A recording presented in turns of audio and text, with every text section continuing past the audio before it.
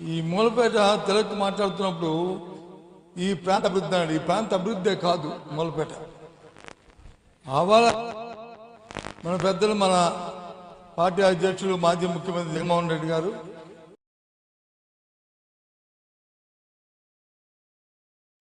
ఈ రాష్ట్రంలో 3 ప్రభుత్వ పోర్టుల్ని, ఒక ప్రైవేట్ పోర్ట్ని మచిలీపట్నం కానీ, లేకపోతే రామాయపట్నం కానీ, మూలపేట కానీ వీటిని పెట్టడానికి కారణం ఈ రాష్ట్రం ఎగుమతుల్లోనూ దిగుమతుల్లోనూ ఆర్థికంగా అభివృద్ధి చెందాలని, ఏదైతే సుదీర్ఘమైన తీరం ఉందో, సముద్ర తీరం ఉందో దాన్ని వినియోగించుకోవాలని, ఆ ప్రాంతాల్లో ఉన్న ఎవరైతే మత్స్యకారులు కానీ, సామాన్యులు కానీ, రైతాంగం కానీ, రైతు కూలీ కానీ తద్వారా అభివృద్ధి చెందాలని ఆ రోజు ఒక దూరదృష్టితో ఆయన నిర్ణయం తీసుకున్నారు. తీసుకొని ఇవాళ ఈ మూలపేట పోర్టుని ఆ రోజు శంకుస్థాపన చేసి ఏది ఎప్పుడో ఏదో చేయడమే కాకుండా దానికి కావాల్సిన ఆర్థిక వనరులని, దానికి కావాల్సిన ఏజెన్సీని కూడా ఫిక్స్ చేసి 2 విడతలుగా ఆ పోర్టును వచ్చి ఆయన కట్టాలని నిర్ణయం తీసుకుంటూ గత 24 ఎన్నికలకు చివరి నాటికే మొదటి దశ పూర్తవ్వాలి, ఆపరేషన్ స్టార్ట్ అవుతూ 2వ దశ పనులు ప్రారంభించాలని ఆ రోజు పెద్దలు జగన్మోహన్ రెడ్డి గారు, ఆయనతో ఉన్న కేబినెట్ సహచరులు, ఈ జిల్లాలో ఉన్న స్థానిక పెద్దలు, నాయకులు అందరూ కూడా ఇవాళ నిర్ణయం తీసుకున్నారు. ఆ రోజు పోర్టు శంకుస్థాపనప్పుడు వేదిక మీద పెద్దలతో పాటు నేను కూడా వచ్చాను. ఆ రోజు చూసాం.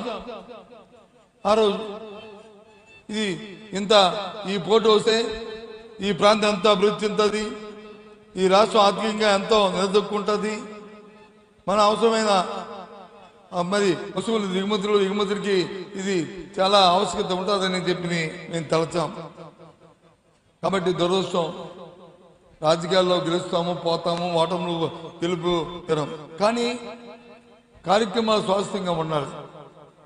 కానీ వచ్చిన ప్రభుత్వం వీటిని పట్టించుకోలేదు. ఎంతసేపు జగన్మోహన్ రెడ్డి గారి పేరు వస్తుందో, లేకపోతే సేవకున్న స్థానిక పెద్దలకి పేరు వస్తుందో, వాళ్ళ తాలూకా మా మాట అంటారో అని ఆలోచన చేశారు తప్ప ఈ ప్రాంత ప్రజల తాలూకా మరి వాళ్ళ కష్టాల సుఖాల గురించి ఆలోచన చేయలే నాయకులు. అందుకోసం ఇవాళ ఈ సభ పెట్టాం. ఈ ప్రభుత్వం ఒత్తిడి తీసుకోవాలి, ఈ ప్రభుత్వాన్ని కళ్ళు తెరిపించాలని. మీరు చేస్తున్న ఆలస్యము, మీరు చేస్తున్న ఈ నిర్లక్ష్యం, దానివల్ల ఈ ప్రాంతం కాకుండా రాష్ట్ర అభివృద్ధికి చేటవుతుంది. ఇది మంచి సాంప్రదాయం కాదు అని కళ్ళు తెరిపించడానికి ఇవాళ సభ పెట్టాం. అంతేగాని ఎవరినో విమర్శించడానికో, ఎవరినో పట్టుకొని వాళ్ళని పొగట్టడానికో ఈ కార్యక్రమం కాదు. ఎందుకంటే రాజకీయాల్లో ఒక చట్టబద్ధత ఉండాలి, ఒక కమిట్మెంట్ ఉండాలి. అంతేగాని మైకి నా చేతిలో వచ్చింది కదా అని ఇష్టం వచ్చి మాట్లాడి అని సాంప్రదాయం కాదు. ఎందుకంటే ఇప్పుడు చెప్పాడు తిరక్కు ఏమని, మేముంటే అది చేసామని ఇది చేసామని నువ్వు అనుకుంటున్నావు. కానీ తిరక్కు ఏమీ చేయలేరు. మీ రామ్మోహన్ నాయుడు సంగతి ఒక చిన్న మాటలో చెప్పిద్దా నేను, చిన్న మాటలో. ఆయన పౌర విమానయాన శాఖ మంత్రి, ఎంతసేపు భోగాపురం ఎయిర్పోర్ట్కి వచ్చి వెళ్ళి అక్కడ రీల్ తీసుకుంటాడు. భోగాపురం ఎయిర్పోర్ట్ ఎవరిదండి? భోగాపురం ఎయిర్పోర్ట్కి కావాల్సిన ల్యాండ్ని, భోగాపురం ఎయిర్పోర్ట్కి కావాల్సిన శాంక్షన్స్ అన్ని వైసీపీ ప్రభుత్వంలో జగన్మోహన్ రెడ్డి గారి నాయకత్వంలో వాటికి అన్నింటికి ఇచ్చారు. శంకుస్థాపన చేసి ఈ నెలాఖరికి, వచ్చే నెలాఖరికి దాన్ని ఇవ్వాలని ఓ ప్రైవేట్ సంస్థ, జిఎంఆర్ సంస్థకి మన జిల్లా ఆయనకే దాన్ని కట్టబెట్టారు.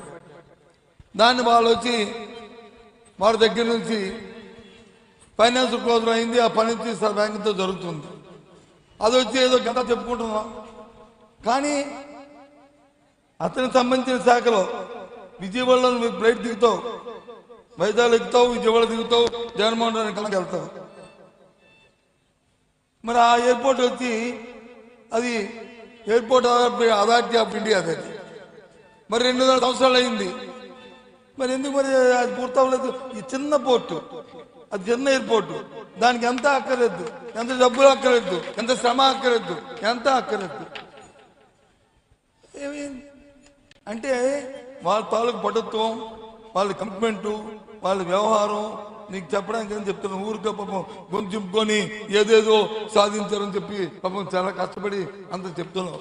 ఏం అక్కర్లేదు వాళ్ళకి. ఈ వ్యవస్థ మీద కానీ, ఈ రాష్ట్రం మీద కానీ, ఈ ప్రాంత ప్రజల మీద కానీ వాళ్ళకి ఎవరికి మక్కువ లేదు. వాళ్ళకి కావాల్సినంత వాళ్ళ సొంతంగా వాళ్ళ పబ్లిసిటీ కోసం, ఇవాళ ఉన్న ఈ కూటమి ప్రభుత్వం వాళ్ళ పాపకం కోసం, వాళ్ళ మెప్పు కోసం, వాళ్ళ మేలు కోసమే వాళ్ళ కార్యక్రమాలని ఆలోచన చేస్తారు.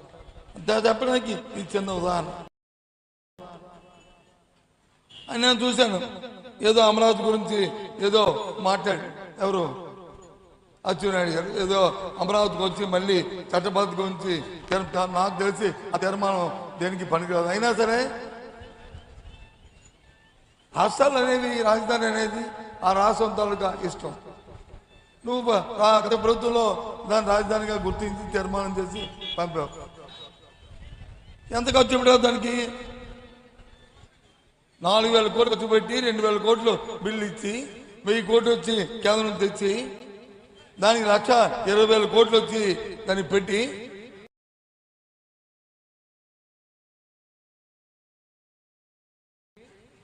మరి నీ 5 సంవత్సరాల్లోనే 2,000 కోట్లు ఖర్చు పెట్టి 2,000 కోట్లు బాకీ పెట్టి వెళ్ళిపోతే ఇన్ని సంవత్సరాల్లో అది కంప్లీట్ అవుతుంది.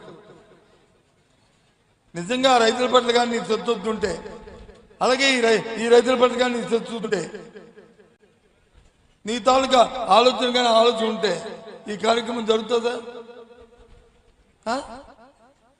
ఊరిగా ఓదో నోరు ఉందని ఊరిగా మాట్లాడుతూ ఒక పక్క చంద్రబాబు నాయుడు, ఒక కొడుకు, ఒక పక్క వచ్చి ఆ కూటమి నాయకులు, ఒక పక్క ఈయన ఇష్టారాజ్యంగా మాట్లాడుతున్నారు. ఇక్కడ కూర్చున్న ప్రధాని కానీ వేదిక మీద పెద్దలందరూ అడుగుతున్నారు. ఈ ప్రాంతానికి సంబంధించిన నాయకుడు స్వర్గీయ అరుణాయుడు గారు చనిపోయి ఎక్కడ ఉన్నారు కానీ ఆత్మ ఎక్కడ ఉన్నారు కానీ ఆయన అధ్యక్షతను కమిటీ చేశారు రాష్ట్ర విభజన కోసం. తెలుగుదేశం పార్టీ వాళ్ళు ఏం చెప్పారండి? రాష్ట్ర విభజనకి మేము వ్యతిరేకం కాదు అని చెప్పి ఆయనతో తీర్మానం ఇప్పించారా లేదా? ఇది వాస్తవమా అవాస్తవమా? ఇది నేను చెప్తుంది అబద్ధమా? చెప్పండి, దానికి సమాధానం చెప్పండి. అచ్చెన్నాయుడు నువ్వు, మీ నాయకులు, మీరు రాజకీయాల కోసం చేస్తూ ఇవాళ వచ్చి మరి పెద్దగా మేము వచ్చి నీతివంతుల్లా మాట్లాడుతూ ఇవాళ కార్యక్రమం చేస్తే రాజకీయాల కోసం ఎంతకైనా మీరు తెగిస్తారు, రాజకీయాల కోసం ఎంత స్థాయినైనా దిగజారుతారు. కానీ అది కాదు రాజకీయాల కోసం. మనం అన్నిటికీ మనం కమిట్మెంట్ ఈ సొసైటీకి మనం బాధ్యత వహించాలి. అధికారంలో ఉన్నప్పుడు ఏం కార్యక్రమం చేశామో ఆ కార్యక్రమం గుర్తెరగాలి. కాబట్టే జగన్మోహన్ రెడ్డి గారు మీ దగ్గర వచ్చి మీ దగ్గర ఆ పలాసలో వీళ్ళ కిడ్నీ ట్రాన్స్ప్లాంటేషన్ హాస్పిటల్కి ఎంతమందో ఈ ప్రాంతంలో ఉన్నారు ప్రజలు కిడ్నీ వ్యాధితో బాధపడుతున్న నేపథ్యంలో డయాలసిస్ చేసుకుంటూ ఎంతో మంది ప్రతి ఊర్లోనూ ఒక 2 పేషెంట్, ప్రతి ఇంట్లోనూ ఓ పేషెంట్ నేపథ్యంలో మరి జగన్మోహన్ రెడ్డి గారు చేసిన కార్యక్రమం నువ్వు మర్చిపోయావా? సరే, ప్రభుత్వాలు వస్తాయి పోతాయి, కానీ చేసిన కార్యక్రమాలు స్వాస్థ్యంగా నిలబడతాయి కదా, ఉంటాయి కదా, అవి ఆలోచన చేసుకోవాలి కదా. కాబట్టి ఇవాళ ప్రభుత్వానికి హెచ్చరిస్తున్నాం, ప్రభుత్వానికి చెప్తున్నాం. ఏదైతే ఇవాళ ఈ ప్రాంతంలో మూలపేట పోర్టునెత్తి మొదటి దశ కోసం 4,300 కోట్లలో 2,900 కోట్లతో మొదటి దశ కార్యక్రమాన్ని మరి ప్రారంభించామో అందులో ఇప్పుడు ఏవైతే 60-70% పనులు, 60% పనులు పూర్తి చేసి 70% పనులు పూర్తి చేశామో దాని వెంటనే ఇప్పుడు 2 సంవత్సరాలు అయింది. ఆ 30% పనులు మీరు పూర్తి చేయలేరా? ఏం వాళ్ళకి మీకు ఇంకా సెట్టింగ్ అవ్వలేదా? వాళ్ళకి మీకు ఇంకేమీ కార్యక్రమం జరగలేదా? దేనికోసం వెయిటింగ్? దాంట్లోనూ కార్యక్రమేనా? అది ప్రజల పనికి వస్తుందా, ప్రజల పనికి రాదా, అది వ్యవస్థ పనికి వస్తుందా, వ్యవస్థ పనికి రాదా, అది రాష్ట్రానికి అభివృద్ధి పనికి వస్తుందా, పనికి రాదా, ఆలోచించుకోక్కర్లేదు. ఇదే కార్యక్రమం. ఇది న్యాయమా? వీళ్ళు వచ్చంటే పెద్ద కబుర్లు చెప్తారు, ఆ పెద్ద కబుర్లు వచ్చి చెవిలో పూట్టుకొని మన ఈ రాష్ట్ర ప్రజలందరూ వినాలంట. ఇది నాయకత్వం. నాయకత్వం ఆలోచన చేయండి. ఒక్క విషయాన్ని వేదిక నుంచి ఆ టీవీ ద్వారా అడుగుతున్నాను. మీరు ఎలాంటి ఈ మీటింగ్ అయిన తర్వాత ఎలాంటి ఈయన వ్యవసాయ మంత్రి కదా, ఈ మంత్రి గారు ఈ ప్రాంతంలో మొక్కజొన్న వేస్తే మొక్కజొన్నకి కనీసం మద్దతు ధర వచ్చిందా అడగమనండి. మద్దతు ధర కొంటున్నారా అడగమనండి. ధరలను కొంటట్లేదు. మన బతిగా మనం ఏం చేస్తున్నాం? మన బాధ్యత కాదు. మనకు సిగ్గు అనిపించట్లేదు, మనకు బాధ అనిపించట్లేదు, మనకి ఇబ్బంది అనిపించట్లేదు. ఏంటిది? సరే, అదృష్టానికో దురదృష్టానికో ఆ జరిగిన చంట సమావేశంలోనో లేదా పెట్ల మార్పిడి వల్ల లేదా ఏ కార్యక్రమంలో గెలవచ్చు, ఎమ్మెల్యేగా అవ్వచ్చు, ప్రభుత్వం రావచ్చు, పోవచ్చు. కానీ ఇది కాదు, చేయాలి కదా కార్యక్రమాన్ని. ఇవాళ చేయకుండా ఏమనంటే పెద్ద పెద్ద మాటలు పెద్ద పెద్ద నేను నా అంత ఎత్తుంటే మన సుఖమేంటి? పని కావాలి కదా. మేము మనుషులు పెరిగాం, మనుషులు పెరిగితే సుఖం ఏంటి? ఆ పని దానికి తగ్గట్టు పని చేస్తే ఆ కార్యక్రమం మాకు ఏదైనా మంచి పేరు ఏదైనా ఉంటుంది. రైతుకి ఇచ్చిన ఇవాళ విధానపరమైన నిర్ణయం అని చెప్పి మీ ఇన్సూరెన్స్ డబ్బులనే ఇవాళ లేదు. ఇన్సూరెన్స్ ఇవ్వట్లేదు రైతులు ఇన్సూరెన్స్ రైతు కట్టుకోమన్నారు. ఆ రోజు జగన్మోహన్ ఉన్నప్పుడు జగన్మోహన్ కట్టేవాడు, ఆ ప్రభుత్వం కట్టేది. ఏది ఇవాళ మీ దగ్గర మామిడి తోటలు జీడి తోటలు ఉన్నాయి కదా. గత సంవత్సరంలో ఇన్సూరెన్స్ క్లెయిమ్ ఎంత ఇచ్చేవారు ఎకరానికి, ఈ సంవత్సరం ఎంత ఇస్తాను అడగండి. సగం మరి ఇన్సూరెన్స్ కంపెనీలే క్లెయిమ్ తగ్గించాలి చూడండి. ఇది అవాస్తవం అడగండి. వెళ్ళండి టీవీలో రేపు వెళ్ళి ఇంటర్వ్యూ తీసుకోండి. ఒకవేళ నేను తప్పు చెప్తే నేను క్షమాపణ కోరుతాను. ఎందుకు తగ్గించవలసి వచ్చింది? ప్రభుత్వం వచ్చి ఇన్సూరెన్స్ కంపెనీకి వచ్చి ఆ తాలూకు ప్రీమియం కట్టుకోవడం వల్ల తద్వారా రైతులు వచ్చి వేసి పంట వేసిన రైతులు ఇవాళ నష్టపోతున్నారు. ఇవాళ ఇది వాస్తవం కాదా? ఇది నిజం కాదా? ఇవాళ వచ్చి పెద్ద పెద్దగా మాటలు చెప్తుంటే ఇవాళ ఇదేంటిది? ఆలోచన చేసుకోవాలి.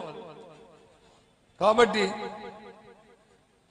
ఇవాళ ఇంకా 2 సంవత్సరాలు ఉంది. మేము శంకుస్థాపన చేసే పనులు ప్రారంభించాం. అచ్చెన్నాయుడు మన ఏం పేరు మన రామ్మోహన్ నాయుడిని మాట్లాడి చూపింది. చంద్రబాబు నాయుడు ఆలోచన బాగలేదు. చంద్రబాబు నాయుడు ఆలోచనే దోపిడీ. మా ఇంటికి వస్తే ఏమిస్తాం, మీ ఇంటికి వస్తే మా ఇంటికి వస్తే ఎంత వేస్తాం, మీ ఇంటికి వస్తే ఏమిస్తాం అంట. వీళ్ళు ఏం చేస్తారు పాపం? వాళ్ళకి ముందు సెట్ అయితే అప్పుడు ఇక్కడ సెట్ అవుతాయి, లేకపోతే సెట్ అవ్వవు. ఇవాళ ఈ కార్యక్రమాలు ఈ రకంగా జరుగుతున్నాయి. కాబట్టి ఆలోచన చేయమని కోరుతున్నాను. ఈ ప్రభుత్వానికి ఇంకా ఎండా 100 ఏళ్ళు ఇంకా 2 సంవత్సరాల టైం ఉంది. కనీసం ఆ మొదటి పెడత ఆ కార్యక్రమం చేయండి. చేసి అప్పుడు 2 వరకు వెళ్తే కనీసం అదేనా పూర్తి చేసుకునే ఒక పేరైనా ఉంటుంది. అది ప్రారంభిస్తే అంతేగాని ఎవరికో పుట్టిన పిల్లలకు వచ్చి పేరు పెట్టుకుందాం అనుకుంటే అది చాలా తప్పు. అది మంచి సంప్రదాయం కాదు. పెంచుకో, తప్పులేదు. పలానా పిల్లల్ని పెట్టుకున్నాను కానీ పేరు పెట్టుకోవద్దు దయచేసి. అది నా రిక్వెస్ట్. ఇది నా విమర్శ కాదు ఇది. ఎందుకంటే రాజకీయాల్లో ఒక మాటని దయచేసి అందరికీ మనం చేస్తాం. ఎవరినైనా పొగడొచ్చు, ఎంతైనా పొగడొచ్చు. ఓ ఇంద్రుడు, చంద్రుడు, దేవేంద్రుడు అనొచ్చు. ఎవరినైనా విమర్శించామంటే అది ఉట్టుపోదు. ఆ విమర్శ మళ్ళీ మనకు వస్తుంది. కాబట్టి జాగ్రత్తగా విమర్శించాలి.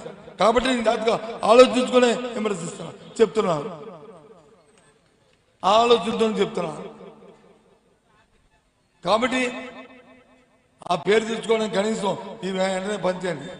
ఏంటి అడుగుతున్నానండి, ఈ వేదిక మీద ఉన్న వాళ్ళందరం కూడా మాజీ మంత్రులు, ఒక మాజీ శాసనసభ్యులు, లేకపోతే ప్రెసిడెంట్ ఉన్న ఎంఎన్సీలు, లేకపోతే జిల్లా చైర్మన్లు, లేకపోతే జిల్లా అధ్యక్షులు. అంటే ఎంతో కొంత బాధ్యతగా ఉన్న వ్యక్తులు, అంతేగాని బాధ్యత విస్మరించిన వ్యక్తులను కాదు, ఏదో చట్టాన్ని చేతితో తీసుకున్న వ్యక్తులను కాదు. మీ పోటీ చూస్తామంటే మీకేంటి బాధ? పోనీగో 50 మంది 70 మంది అడుగుతున్నారు, కాదండి ఒక 20 మంది రండి, 25 మంది రండి, వెళ్ళండి అని చెప్పచ్చు కదా. మీరు ఎందుకు చెప్పలే?